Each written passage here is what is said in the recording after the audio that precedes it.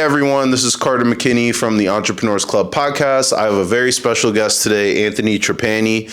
He's the owner and COO of ZEST Bar & Grill in Bethlehem, Grill 3501 in Allentown, and the brand new Time at this time, Rooftop in Easton. So very successful restaurant group and local entrepreneur to Bethlehem and Lehigh Valley, which is home for me. So this is a cool episode, and Anthony has been a past client of mine and great family. So let's get right into it. Today, we have a generational business. So it's not a first generation business, but so this is a different kind of entrepreneur. So, Anthony, why don't you introduce yourself to the people who may not know? Okay. Well, first off, thanks for having me, Carter. Is this a good high level? A little lower. Okay. Thanks for having me, Carter. One of my first times doing something like this, so it's exciting. So it'll be good to kind of talk with everybody about what goes into the different aspects of running restaurants, just running a business in general, and kind of how we like to approach things on a daily basis, monthly basis, yearly basis, etc. So yeah, that's kind of it. And what was the? Yeah, so no, that's perfect. So let's get right into it with some questions. So for the people that aren't familiar with being a restaurateur in the restaurant business, they say that running restaurants is one of the hardest businesses to turn a profit. What was it like being raised in a family business and then eventually taking over? You had the option, I'm sure, to, start your own thing and, do your own thing like that, but you work with your family. Your dad started the family restaurant business. So what was it like growing up and now working in a family business in the restaurant industry? Yep. So, growing up, it was, you're a kid, so you don't really necessarily know like the ins and the outs and what really goes into it. I did start working at Grill 3501 when I was about 14, and that was just basically doing, I was a dishwasher, bussing tables. Eventually, as I grew a little bit older throughout high school, I was a food runner.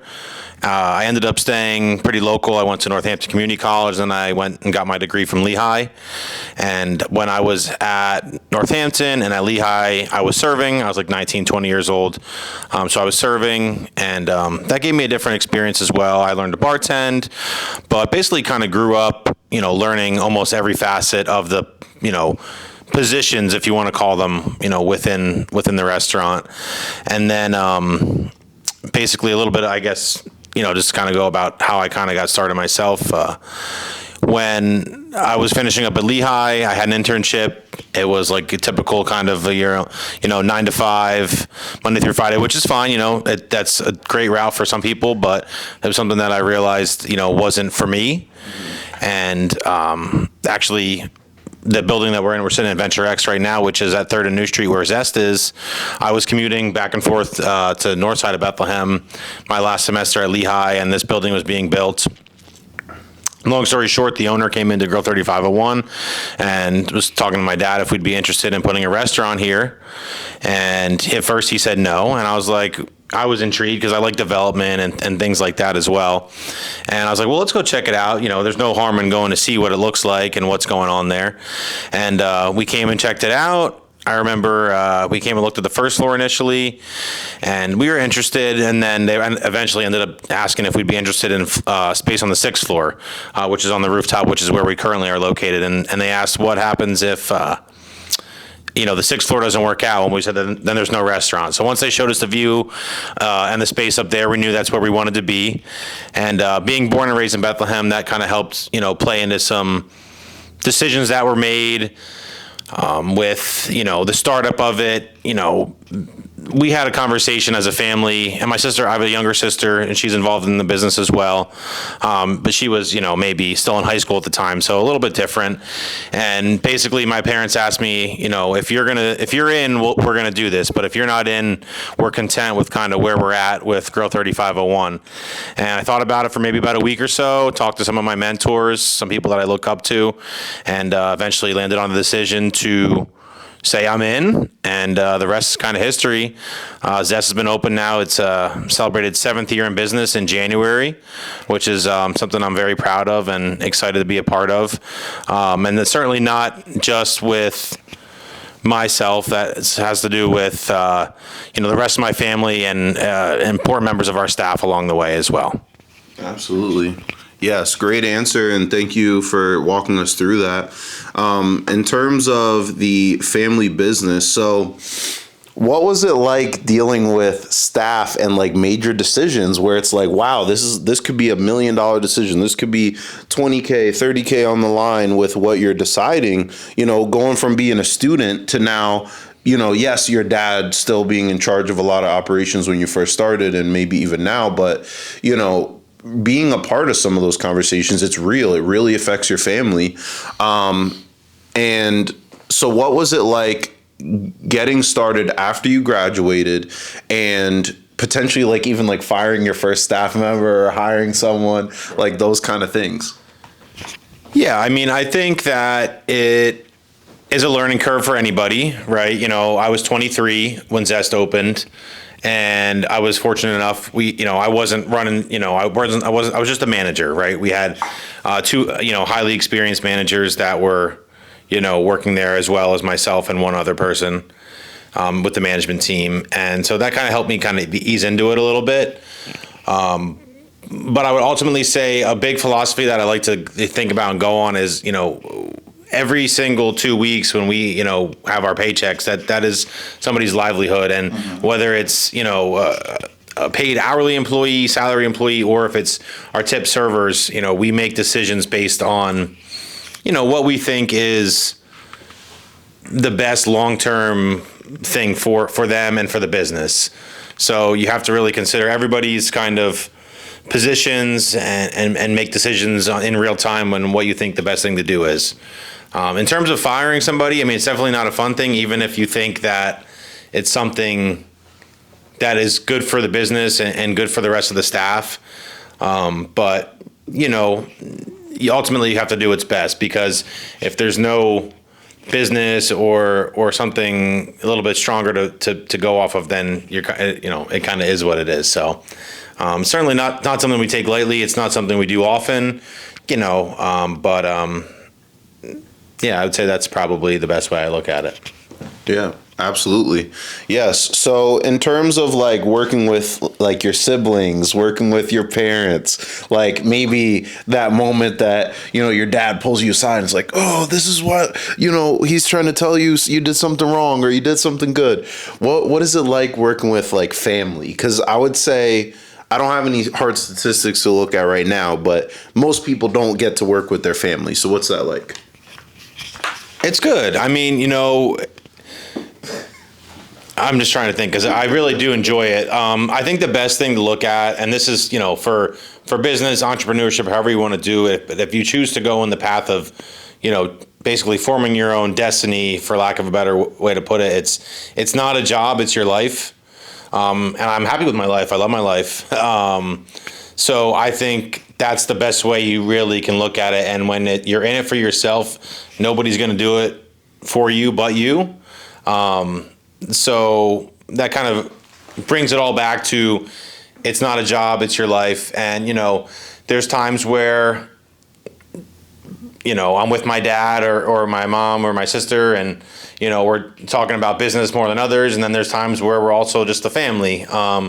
There's certain times now, like as I've gotten older, I'm like, all right, like I just want to hang out and relax for a little bit. But we're all in it together. We obviously love each other and care about each other. So I think that for us, we got to look out for each other and make sure we have each other's back, because we're ultimately one unit, and we try to represent our family the best we can and create good workplaces for our employees. Very nice. Yes. So in terms of opening Zest and now opening Time as well, Zest at the time really was and is the main rooftop in the Lehigh Valley. Is that correct? Yeah, I would say so. In terms of like full service. Yeah, there's some that are like partially open and stuff like that, but this is a fully open or partially open rooftop. And so that was new to the Lehigh Valley. So as you travel, the country and the world, and you see other rooftops, knowing that you have your own in the Northeast, where part of the year is also cold, what kind of challenges has that posed? How have you guys been innovative? And even like touching on like your events, like being able to host clients for private events, as well as now having a second rooftop with even more rooftop open space. I know that was a loaded question. No, it's okay. Let me, I guess I'll start with like the opening of Zest in terms of, the seasonality of it. Sure. Like, so, to touch on it, your business is ever evolving, right? Like our space is ever evolving. We're constantly doing things to improve it. Like when we first opened, there was no awning over our outdoor area. And since then we've added an awning for covering. We've added new tiles out there. And this year recently, we actually added 2 outdoor igloos. Excuse me. To kind of like help combat the seasonality of it. And we have drop down panels with heaters. So, we're always looking to use those spaces. Same thing at time, drop down heaters with panels. We were able to learn a lot from Zest when we were building time and when we were planning it, the architecture meeting, the architect meetings and the construction management meetings. We took a lot of things that we learned from building Zest and said, okay, hey, this is what we would do different if we did it this time. And now that we built time, I'm like, okay, I would have done these 3 or 4 things different if we ever did anything in the future. So I think that sometimes I wish it wasn't thought of this way, but sometimes people I think of them as a little bit more of a seasonal restaurant, which obviously we're open all year, so we don't want that. And then to kind of roll in with what you were talking about with events, we're fortunate enough at Zest, we have 2 private dining rooms. We have a cocktail party area that we host in all the time. So it's great for, rehearsal dinners, baby showers, bridal showers, business outings, really whatever type of event somebody would want to host, we can make it work. We could have up to basically like a 250 person event in the space. And that's definitely something that we want to focus on moving forward in the future. Like we switched up our hours. We're not open on Sundays to the public, and we're really trying to focus on private events for the restaurant, bigger groups. So that's really kind of how we're looking at that. And, we're excited about where we're heading for sure. Absolutely. I definitely want to circle back to the events because that's so interesting. I've even been a part of like a vow renewal. I believe it was also a baby shower over there at Zest upstairs. It's right upstairs from where we're sitting right now. Very cool. But I want to circle back to the events. But in terms of, having multiple restaurants, you have, say, what's the capacity of like each restaurant if it was fully packed, like in terms of covers? So Zest has the most seats, followed by Time, and then Grill 3501. That's in terms of the size rankings. The good thing about Grill 3501, it has 2 very distinct areas. So it has an addition that was put on probably about 11 years ago now. It's called The Loft. It's an open air 4 seasons dining area with a really lively bar and dining tables and a mezzanine upstairs that kind of overlooks the whole thing. So it's like, I don't want to say it's a barn feeling, but it's like, it's a really cool like indoor outdoor space, and that's in the west end of Allentown. Zest, we have, within the whole restaurant, probably about 300 seats. Now, we'll never kind of have all 300 sat at one time, just in terms of like operationally, it would just be a challenge. I would love to business-wise, but we also have to make sure that everybody has a good experience, because once they're in the space, that should be the easy part. The hardest part of the whole thing right now is just getting them in the building, getting them to think about you, getting them to get into your space and spend their hard-earned money with you. In terms of when they're inside, it shouldn't be hard to smile at somebody, welcome them in, make them feel at home and comfortable, and then give them good service, tasty drinks, good food. And then with Time, I'd say that's the second biggest. The nice part about Time is the terrace is bigger than the 2 at Zest, so we can have groups up to 100 people out there. We had a really cool engagement party for one of my wife's friends out there last year, and that was a lot of fun. And we've had baby showers, bridal showers, any type of event. We've hosted Lafayette graduation celebrations for like the men's lacrosse team last year for about 100 people out there. So, we definitely want to be that space that people think of for events, but also, dinner in general. Absolutely. So I know you touched on a couple like really cool events. What has it been like working with, say, like an elected official or like some very high profile guests or large events? Like, can you share any experiences that were like cool or interesting or a unique experience in terms of like hosting, even just for like dinner for two for like some kind of public figure or anything? Yeah, sure. Trying to think. So recently at ZEST, we hosted a group from Governor Shapiro's office. Yeah, there you go. And I think they were in town. I'm almost 99% sure they were in town for the announcement for the investment of the Lilly Pharmaceutical Company. With the, it's like the largest, I think, single economic project in the history of the Lehigh Valley. So they actually. Somebody from the office reached out to me last minute, and of course, did everything we could. We got them a table. They were very happy with everything, and that was cool to see. We've also had some, you have some bigger names that kind of like go through, out the years, especially at Grill 35 one has been open for 25 years. Like I'm trying to think of some people that have eaten there. Dan Marino's eaten there, which is cool. Ariana Grande is eating there, which was pretty cool. I mean, that's about 15 years ago now, but I think her brother was performing at Muhlenberg at the theater there, so that's pretty cool.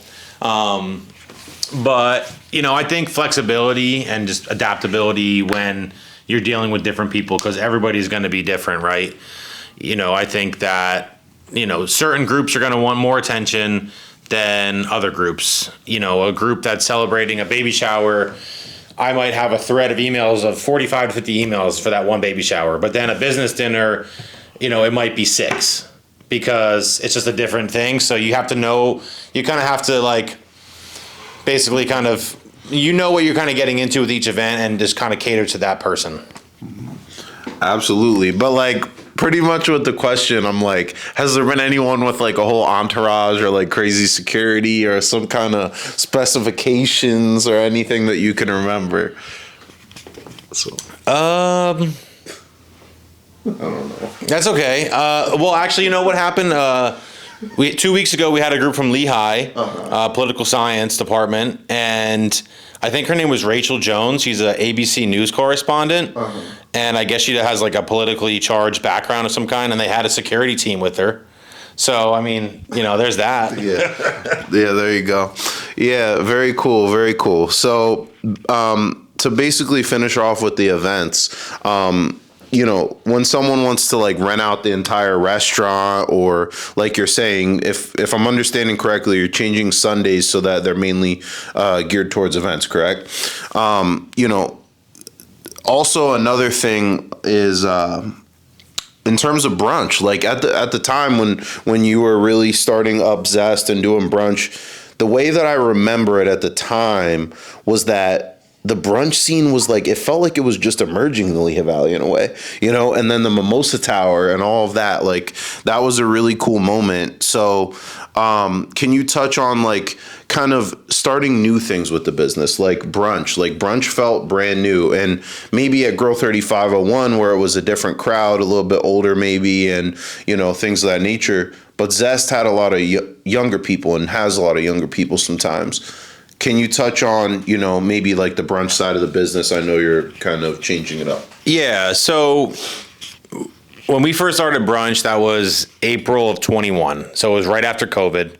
Everybody was kind of itching to get out, be with friends, be in these social settings. And it was awesome. It was really busy. And I felt strongly about it at the time. And then we had a few solid years with it, and it was good, And then over the last like 2-ish years, we just kind of saw like a slow decline in it. And in terms of dollars and cents, when you kind of look at that versus a dinner shift, because we're planning on opening on Mondays in April up at Zest to kind of focus on some of those business dinners, things like, a lot of places are closed on Mondays too. And then we figured we could have a regular day of business. We have to bring less product in because we were bringing in all this brunch food for one day. And it was kind of hard to order consistently, spending more money on certain items. And, all that compiled with the short turnaround for our staff. Working, Saturday night's the busiest night of the week. If you're not busy on a Saturday night, then you're not looking at a very successful restaurant. For somebody like us anyways, different people have different stuff going on, but that's our bread and butter night. We have to be busy on a Saturday. And then, after maybe doing, 350 people on a Saturday night, then the chefs are back in 7 o'clock in the morning the next day. So it was a quick turnaround. So between staff morale and costs and sales, it just kind of led us to the decision that we wanted to pivot away from it. And I think that's important with any line of business, is identifying something before it's too late to make that change. Absolutely. Yes. So as you guys have built your latest venture, Time, what has that been like being in Easton, right next to New Jersey, and, getting acclimated to Easton and, this as a new venture? What has that been like for you? It's been good. It's been a lot of fun. So we celebrated 2 years in business in December, which is pretty crazy to say. I remember when we were looking at the building when it was just going up. And so Easton, I think, has been kind of labeled like this Lehigh Valley food scene now in terms of like cities. Yes. So, for us, we felt like the opportunity was there with the building that we're in and the views that it provided. So we, and that was almost another situation with my sister, kind of like I mentioned, how we asked if I was in. We were kind of like, well, are you in? Because we need your help and we want you to be involved with this if we're going to do this, because it's a big, having 3 places it's a big operation. We have around 140 employees. So we wanted another, member of the family, somebody we can always trust, et cetera, to join us. So that was kind of, some of the inspiration behind it. But no, being in Easton has been great. It's a happening city. There's a lot going on down there with the different festivals. We did Bacon Fest this year, second year now we did it. And our chef made this awesome 40-60 bacon burger. And it was like, everybody's like, oh, it's a rivalry with Oak. And I'm like, well, it's not really a rivalry because they sold out all theirs and we had some left. But it created a lot of buzz, so it was fun. So it's fun to be down there. We have a great team as well, running the place. So we love being down there. One thing that we were able to do that we're proud of is we have valet parking, because in Easton, parking is, a known issue. So we offer valet parking Tuesday through Sunday for dinner and for $5 a car. So it's really just to help cover our cost of it, honestly. And we'll park maybe 100 cars on a Saturday night. So that's huge for us to be able to offer that for our guests. Absolutely.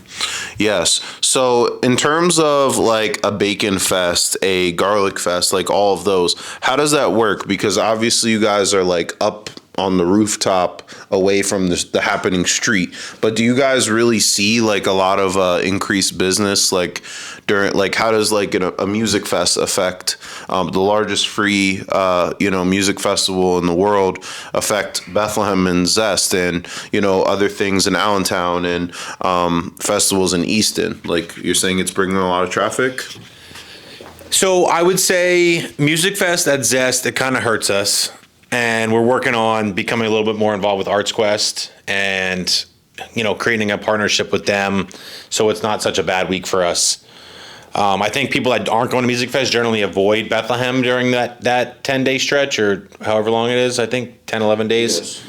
Yes. So that kind of creates that wrap. I think it helps Grow 3501 because people stay away from Bethlehem. But to go into Bacon Fest at Easton, that for us, logistically, it's a little bit of a challenge to kind of get our product down there, get to the street level.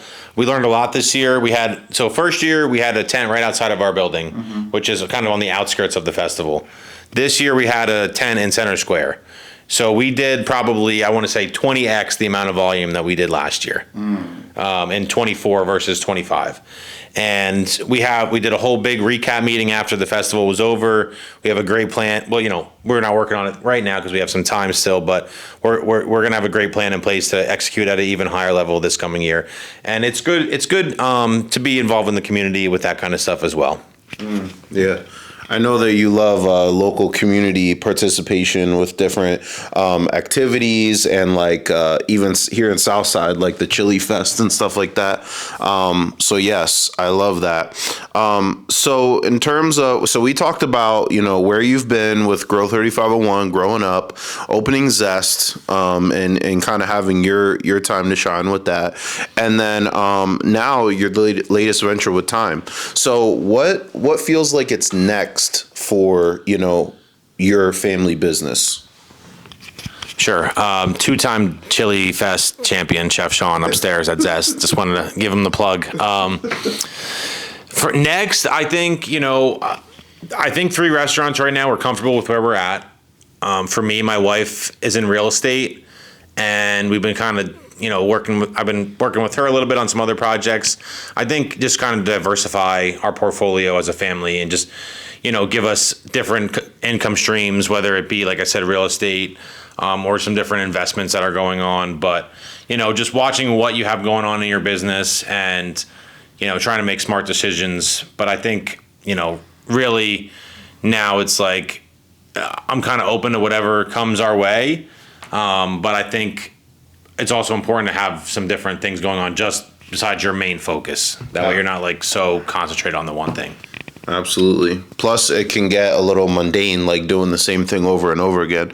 But yeah, when you love what you do, it's not too hard to do it. I love that. So in terms of with your business, what would you recommend to the person that maybe is a student like you were at Northampton Community College, like at Lehigh, a young person, maybe even an older person that wants to pivot and get into entrepreneurship? I know that with you, you were on the front lines with 2 startups, you know what I mean? So what would you say maybe from like a mental standpoint or, just your relationship with yourself and with the business as someone that wants to get started, that hasn't really gotten there just yet? It's a good question. I would say kind of something that I mentioned earlier. It's not going to be your job. It's going to be your life. Yeah. Now, it's not going to consume you. Like you're never going to have anything else going on other than what your, what your venture is, right? But there's goods and bads to everything. So like you have to be able to roll with that. Like for me, like, not everybody's entrepreneurship journey is going to be the restaurant industry, right? But for me, we're working on the weekends. Saturday nights, unless I have something kind of special going on, I'm bouncing around to at least 2, sometimes 3 locations. But also like I have the flexibility that when I wake up on a Monday morning, I'm not, driving to the office. So I think, knowing that it's going to be something different every day and having to be okay with that is important, because it's not going to be your typical, oh, it's the weekend, I don't have to worry about it, because that's not true. Or, oh, I'm going to this function or whatever. But like if you're doing it for yourself, like I said, nobody's going to do it for you but you. So you have to be okay knowing that there's going to be times where you don't get to do what you want to do, maybe personally. Absolutely. So if I could ask, this is a more personal question, but so since you're a restaurateur and you're busy on the weekends, what would be like a better date night for you? Like something during the week, like during the day, how do you like approach that, if I could ask? Yeah, no, that's fine. For me, I'm thinking the weekends for me. Yeah. Sometimes. Yeah, no, I get it. Honestly, my wife and I, we probably Yeah, I mean, maybe during the week sometimes, or maybe a little trip here or something like that. But she's also in the entrepreneurial kind of role in her career, which is good because she knows the deal with what's going on. It's not like she's working the typical kind of route, and then I'm going to work later in the evening or whatever.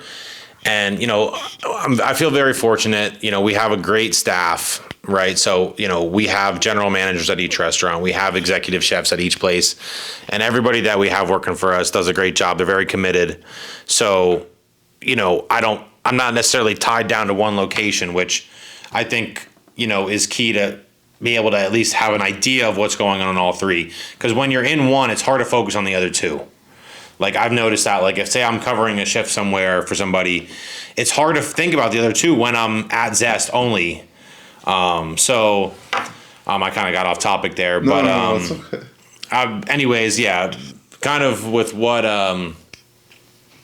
also having an understanding partner, I think is good too for somebody that is going to go that route, because if they're not willing to kind of go that with you, then I'm not saying it's not going to work out, but I think it's important to have a good understanding of what the other person has going on in their career, point of view.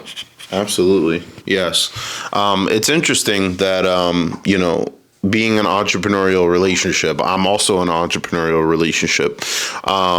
So yes, thank you so much for taking the time to share again, where you've been, where you are, and where you're going. I guess as we sign off, I could ask you just one more question. For the people that feel stuck, the people that feel like they have tried and failed with entrepreneurship or feel like it's maybe not for them, maybe you could just say a few words to, to kind of empower some of the people that,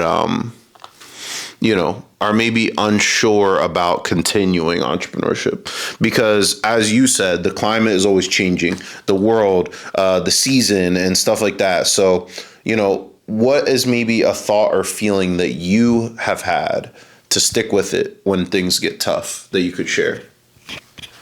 Okay, yeah, that's a big one. I think it's important I think self-awareness is really important, and kind of being aware of who you are and what you think the best version of yourself is. I think it's important to have a good understanding of that. I think it's important to try to surround yourself with the right people.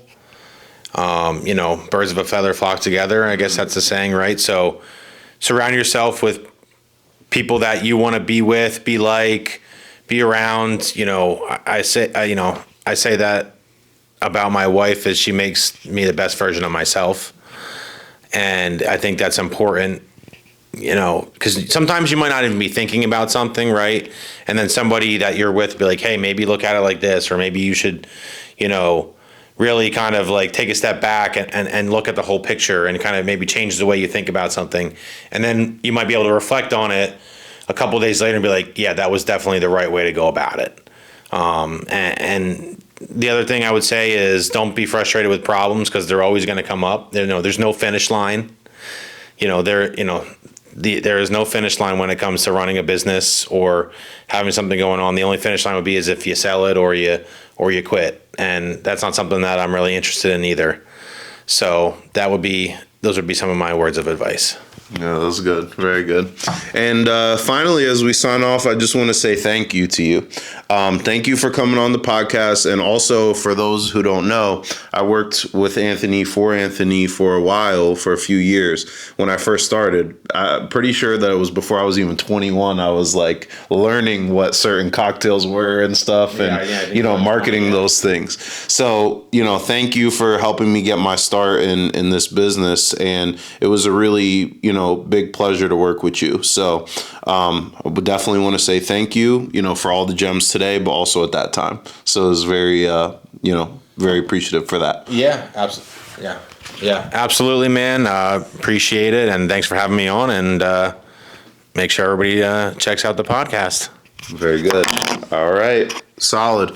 So yes, again, this has been Carter McKinney on the Entrepreneurs Club podcast with my special guest Anthony Trapani of Zest Bar and Grill, Grill 3501, and Time in Easton. So check them out.